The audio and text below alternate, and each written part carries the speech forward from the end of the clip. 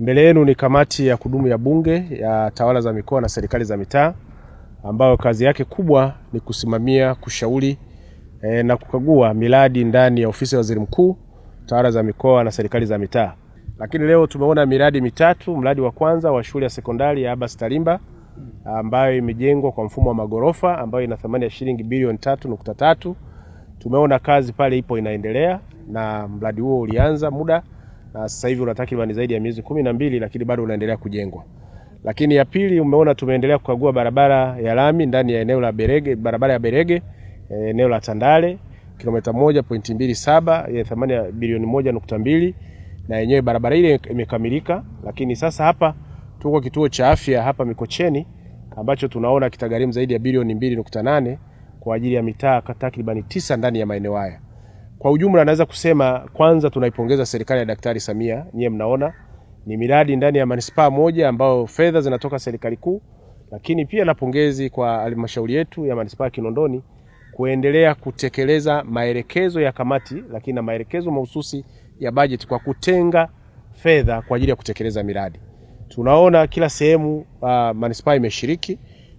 Mradi wa sekondari pamoja na milioni 528, lakini fedha nyingine bilioni karibu 2.8 zimetoka manispaa ya Kinondoni. Tumeona barabara hela zote bilioni 1.2 zimetoka manispaa ya Kinondoni. Kitu ambacho sisi kamati kwa zile halmashauri zote zenye mapato mazuri tunaendelea kuhamasisha kuchangia bajeti ya TARURA kuhakikisha kwamba wananchi wake sasa wanapata miundombinu ya barabara.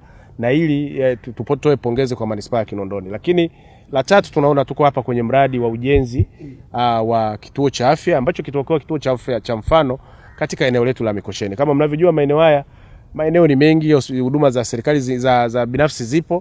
Kwa hiyo lazima tuweke kituo shindani na wenzetu wanaotoa huduma za namna hiyo, ili sasa kituo hiki sasa kiweze kutoa huduma ambazo ni nzuri, lakini wananchi wapo wakione kama kituo ambacho ni saidizi kwa huduma za afya. Kwa hiyo kwa ujumla, kama kwa niaba ya kamati naweza kusema tunapendekeza na tunashauri, tunasisitiza na tunaweka msimamo wa kamati kwamba spidi ya miradi yote hii ambayo haijakamilika, hasa hapa kituo cha afya na shule ya sekondari, iongezwe ili miradi hii iweze kukamilika kwa wakati. Binafsi najivunia kazi ambayo manispaa yetu ya Kinondoni inazifanya kwenye ukusanyaji wa mapato, lakini nidhamu nzuri ya matumizi na kuhakikisha fedha hizi asilimia kubwa zinaenda kwenye miradi ya maendeleo.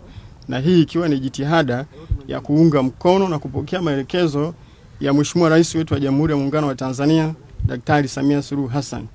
Na kwa namna hiyo shukuru pia Mheshimiwa Rais wetu wa Jamhuri ya Muungano wa Tanzania kwa fedha nyingi za miradi ya maendeleo ambayo zimeendelea kuja hapa kwetu, na tutajitahidi na ni wajibu wetu kuhakikisha tunasimamia miradi hii ili hamu, maono na nia ya Mheshimiwa Rais ya kuleta suluhu kwenye shida na changamoto mbalimbali za wananchi zinaweza kufikiwa. Mwenyekiti, nikupongeze wewe na kamati yako nzima kwa kuona umuhimu wa kufika kwenye kata yetu ya Mikocheni na kubariki kwamba mradi huu utizamwe kwa jicho la kipekee sana. Tunakushukuru.